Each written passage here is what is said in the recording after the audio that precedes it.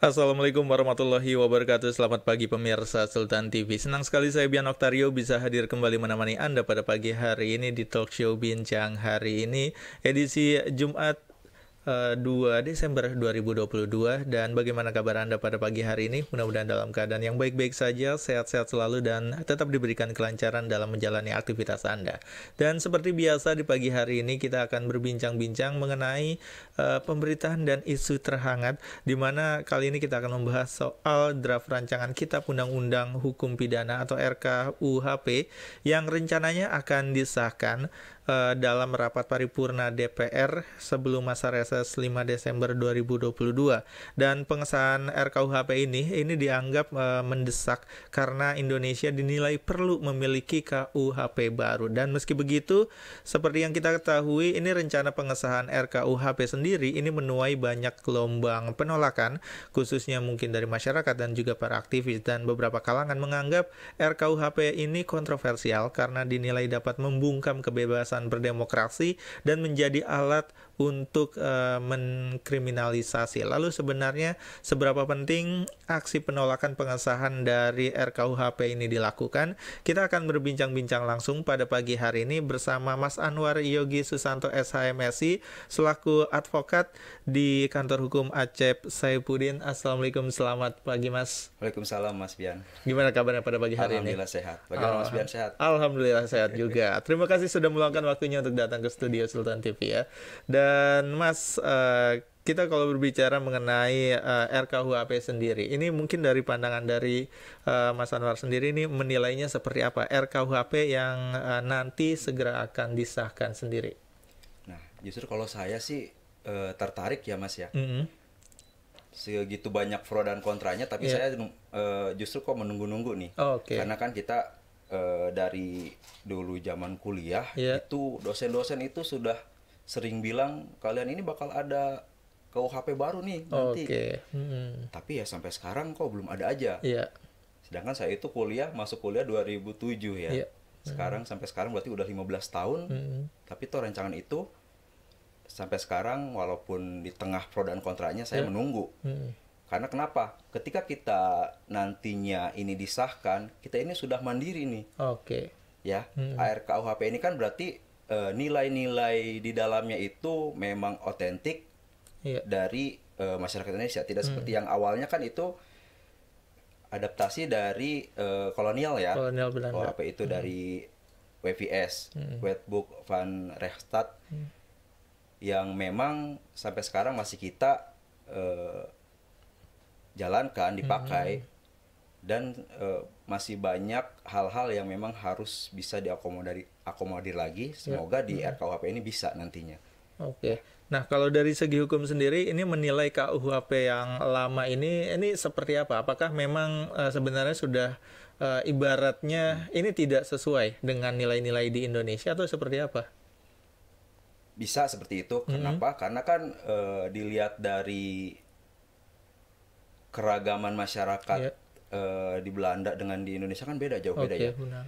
Dan saya tertarik dengan perkataan Wamen, Prof. Edi itu. Kenapa sih kita harus segera mengesahkan RKUHP? Karena dinilai KUHP yang sekarang itu sudah ketinggalan zaman yang pertama. Ada 3 pernyataan dari dia. Yang pertama, ketinggalan zaman. Karena kalau Mas Bian ingin tahu, ini KUHP yang kita pakai ini dibuat itu di tahun 1800 Mas Bian. Wow. Jadi kalau sampai sekarang itu udah 200 tahunan. Kebayangkan perkembangan zaman atau perkembangan manusia 200 tahun yang lalu sama sekarang pasti jauh berbeda. Makanya kalau kita lihat KUHP yang sekarang itu memang bahasanya selain ada yang rancu juga dari segi dendanya juga kan aneh. Misalkan saya contohkan untuk pencemaran nama baik atau penistaan ya. Itu denda yang diberikan itu ke pelaku penistaan hanya 4.500. Jadi kan kepastian hukumnya memang tidak ada. Kalau misalkan katakanlah di pengadilan disetarakan jadi 4.500.000, dasarnya apa? Makanya ini butuh ada penyegaran atau pembaharuan. Mudah-mudahan ya itu tadi yang saya bilang, dengan RKUHP nantinya disahkan, ini bisa mengakomodir hal-hal yang tadinya kita anggap ini kok rancu nih di KUHP, jadi lebih baik lagi. Oke. Dan mungkin banyak yang menilai ini kenapa RKUHP ini ibaratnya baru diinisiasi baru-baru ini, dan mungkin juga prosesnya ini sangat cepat. Banyak yang menilai seperti itu. Ini kenapa tidak mungkin dari zaman dahulu gitu ya? Mungkin dari awal-awal Orde Baru atau mungkin juga Orde Lama gitu. Ini kenapa tidak ada pergerakan seperti itu untuk membuat KUHP yang baru? Sebenarnya kalau kita ikutin sejarahnya, Mas Bian, ini rancangan RKUHP ini sudah ada di pemikiran para pendahulu kita. Oke. Setelah zaman kemerdekaan itu, setelah ditetapkannya KUHP yang sekarang, Undang-Undang Nomor 1 Tahun 1946 yang KUHP yang sekarang kita pakai, itu para pakar hukum itu sudah ada sign atau pemikiran untuk merubah rancangan yang baru. Cuman memang banyak kendala ya pada saat itu. Salah satunya yang saya baca itu di tahun 1958 sudah ada pemikiran juga untuk membuat RKUHP. Cuman itu ketika dirancang dan diajukan belum sempat diajukan sudah urung di tengah jalan. Terus di tahun 63 juga mulai dibuka lagi nih pembicaraan untuk RKUHP. Cuman batal lagi. Sampai tahun ini aja kan yang harusnya disahkan di bulan Juli batal ya. Batal karena berbagai hal, ya itu tadi banyaknya pro dan kontra. Ya mudah-mudahan sih. Jadi kalau misalkan kenapa baru-baru sekarang terus tergesa-gesa, itu sebenarnya tidak beralasan kalau menurut saya, karena pemikiran untuk RKUHP ini memang sudah dari dulu. Sudah dari dulu. Dan memang urgensinya ada gitu ya untuk segera disahkan gitu. Urgensinya itu tadi yang kata Pak Wamen itu ada 3 poin. Yang pertama itu memang KUHP kita yang sekarang sudah ketinggalan zaman.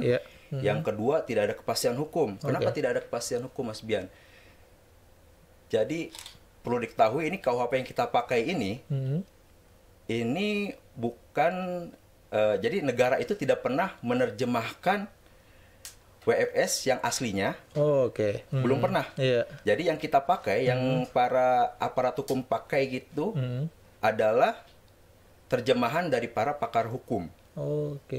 Kayak Prof. Amir Hamzah, Prof.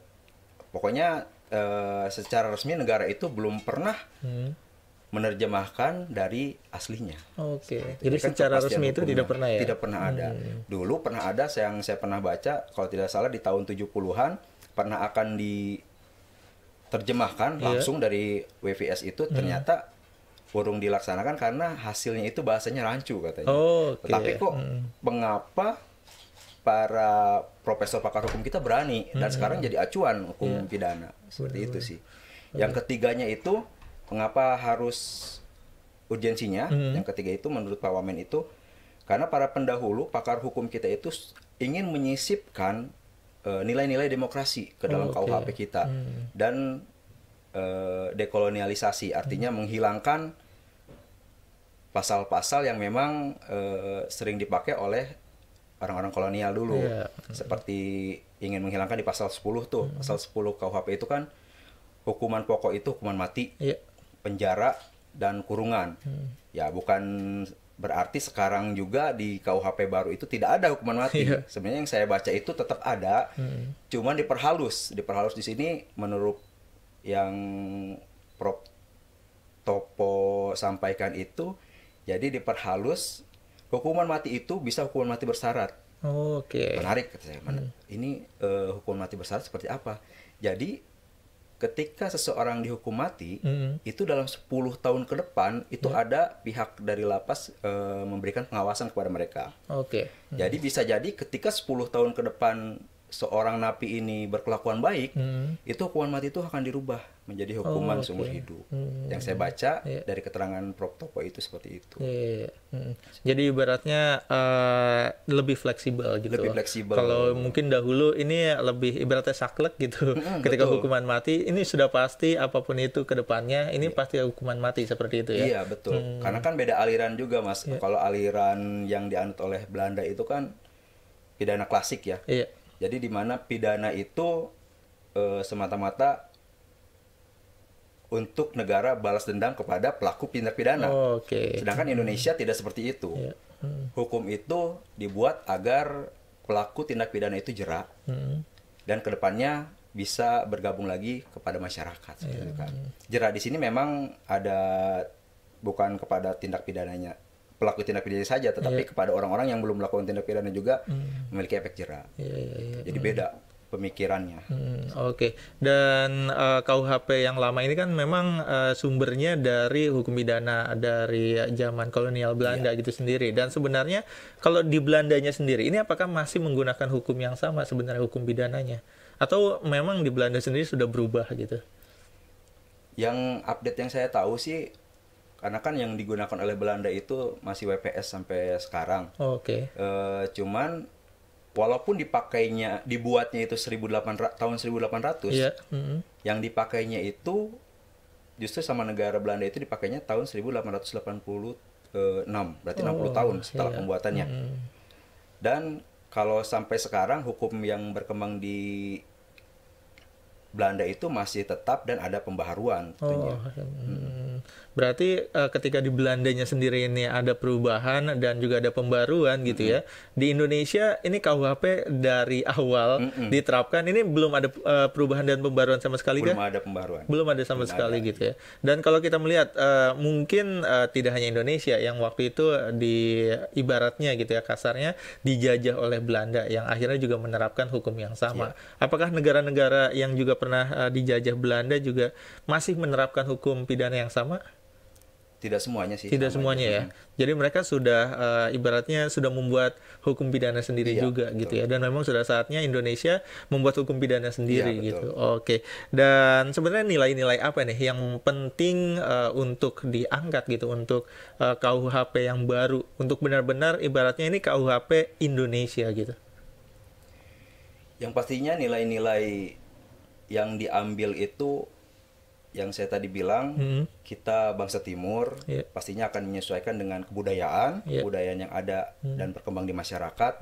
Tentunya tidak terlepas dari hukum-hukum adat yang kita kan banyak sangat-sangat pluralisme untuk hukum-hukum setiap wilayah itu ada hukum masing-masing. Itu juga tidak boleh dikesampingkan karena salah satu sumber hukum juga sumber adat itu, hukum adat itu.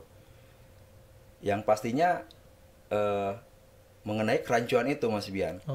Karena kan mereka membuat hukum berdasarkan perkembangan mereka di sana, di Belanda. Kita juga harus mengikuti yang di Indonesia ini seperti apa gitu. Jadi ketika selain aparat hukum membaca pasal-pasal itu diharapkan bisa lebih mengerti. Karena kan sekarang kalau Mas Bian lihat nih di KUHP sekarang itu kalau misalkan kita tidak bisa menerjemahkannya itu akan salah, multitafsir seperti itu. Kayak gitu sih Mas Bian. Mudah-mudahan lebih mudah kalau untuk di KUHP nanti. Dan ini apakah sebenarnya sebegitu sulitnya untuk KUHP Indonesia karena memang harus menyesuaikan dengan hukum adat, mungkin juga ada pengaruh juga hukum agama gitu yang sangat kuat di Indonesia. Ini sebenarnya proses untuk menyatukan itu semua apakah butuh waktu yang sangat lama sebenarnya? Ya kalau dilihat dari perkembangannya sekarang ya memang seperti itu. Gitu ya. Iya. Kalau untuk pro dan kontra saya pikir hal yang lumrah ya kalau pro dan kontra walaupun memang ya yang membuat RKUHP ini bukan orang-orang sembarangan di dalamnya. Ada pakar-pakar hukum, profesor-profesor yang mengerti memang di bidangnya, di bidang hukum. Jadi kalau kita memang memikirkan selalu pro dan kontra ya ini nggak akan selesai. Karena setiap satu pasal pun kalau kita buka ke publik pasti akan ada pro dan kontranya. Apalagi kita ya hampir 300 juta penduduk kita ya. Dengan 300 juta kepala juga dan pemikiran nggak mungkin mereka bisa atau terpuaskan lah sama-sama terpuaskan dengan satu produk hukum gitu. Pasti akan ada pro dan kontra. Cuman ini pastinya ke depannya yang harus lebih bekerja keras aparat hukumnya, karena kan ini mengenai yang jadi pro dan kontra itu kan pasal-pasal yang pasal karet katanya kan seperti itu. Sedangkan ya pasal karet multitafsir berarti kan harus ada penafsiran yang benar-benar matang ketika memang nantinya ini disetujui dan nantinya ada laporan seperti itu Mas Bian. Jadi aparat hukum yang ada sekarang harus lebih profesional. Kalau saya lihat sih sekarang sudah menuju ke situ. Karena kan lebih mudah ya kalau zaman sekarang mengakses. Kalau dulu kita pengen tahu hukum-hukum yang baru itu sulit. Kalau sekarang kita buka handphone, klik update peraturan yang terbaru udah langsung terbuka. Seperti itu sih. Harusnya sih bisa sama-sama lebih baik lah nantinya. Oke, dan ini kan dari banyaknya yang kontra gitu ya, banyak yang menilai kalau RKUHP ini sendiri ini cacat prosedural gitu ya. Dan sebenarnya kalau kita melihat prosesnya sendiri, ini apakah sudah sesuai dengan prosedur yang sudah ada sehingga sampai akhirnya ini mau disahkan gitu perjalanannya? Saya banyak baca mengenai hal itu, cuman ada pendapat juga dari pemerintah dan DPR bahwasanya mereka sudah membuka ke publik. Cuman memang saya pribadi nyari-nyari RKUHP yang benar itu saya ragu, Mas. Karena saya lihat ada yang sampai 1000 halaman, ada yang sampai 632 halaman. Ini yang mana yang dipakai? Makanya saya tidak berani mengatakan yang mana yang benar nih. Cuman kita tunggu nanti untuk pas sudah disahkan. Cuman untuk langkah-langkahnya yang menyatakan ini tidak sesuai prosedur atau cacat lah, itu karena tidak adanya peran dari masyarakat. Karena memang dari penyusunan RUU itu salah satu syarat yang agar RUU itu ditetapkan menjadi undang-undang itu harus adanya peran serta masyarakat. Apalagi peran serta masyarakat itu yang nantinya akan merasakan dampak dari RUU tersebut. Misalkan kalau kemarin Cipta Kerja berarti para pekerja dan pengusaha yang akan diajak. Nah itu kan enggak ya. Sampai ada putusan dari MK itu inkonstitusional bersyarat. Nah untuk yang sekarang mungkin yang tidak terlihat oleh masyarakat, klaim yang mereka bilang cacat itu ya tidak ada itu. Tidak ada peran serta dari masyarakat. Karena itu memang diharuskan, itu diatur dalam Undang-Undang Nomor 12 tahun 11 pasal 96 ayat 4 itu memang harus dibuka ke publik. Nah itu memang tidak terlihat sekarang. Mungkin khawatir nanti kedepannya ketika ini disahkan nanti akan ada yang uji materi lagi. Khawatirnya memang seperti nanti Undang-Undang Cipta Kerja ya. Seperti itu. Makanya ini kita lihat kedepannya. Kalau saya pribadi sih menunggu nih. Mudah-mudahan ketika disahkan kita bisa lihat produk hukum otentik yang milik kita pribadi. Adapun nanti ada yang tidak setuju atau keberatan dengan poin-poinnya ya bisa diajukan uji materi. Dan ini kan RKUHP sendiri ini belum disahkan gitu. Tapi selama perjalanan nanti sampai akhirnya disahkan, ini apakah di tengah jalan mungkin masih bisa direvisi isi-isinya atau mungkin ada pembahasan ulang lagi gitu? Ada kemungkinan seperti itu kah? Kalau melihat perjalanannya mungkin saja. Ini aja yang saya baca, Mas Bian, ini sudah 7 atau 9 kali kan. Ketika akan disahkan, dibatalkan lagi. Nah, nanti misalkan di sebelum tanggal 16 nanti ada pembatalan lagi ya. Kita tidak bisa memprediksinya. Ada aja kalau kemungkinan ke situ. Dan setelah pembatalan ada yang direvisi kembali, bisa jadi kemungkinan itu terjadi. Namun apapun yang terjadi, ya saya harap nantinya ke depannya RUU ini akan disahkan dan hasilnya akan lebih baik. Berkuranglah untuk pro dan kontranya seperti itu. Jadi memang RKUHP ini sebenarnya penting dan terkait isinya yang kontroversial ini mudah-mudahan mungkin bisa ditemukan jalan tengahnya ke depannya ya. Mungkin setelah ini kita akan sedikit mengulas sedikit gitu beberapa pasal yang dianggap pasal karet gitu. Dan sebenarnya seberapa karetkah dan mungkin seberapa mengkhawatirkan masyarakatkah pasal-pasal tersebut. Mungkin nanti akan kita bahas. Dan pemirsa Sultan TV, untuk Anda yang mungkin mau bertanya-tanya juga terkait pembahasan kita pada pagi hari ini, langsung saja layangkan pertanyaan Anda melalui kolom live chat live streaming kita di kanal YouTube Sultan TV, dan kita akan kembali lagi berbincang-bincang bersama Mas Anwar Yogi Susanto SHMLC. Jadi pastikan Anda tetap bersama kami di Talkshow Bincang hari ini.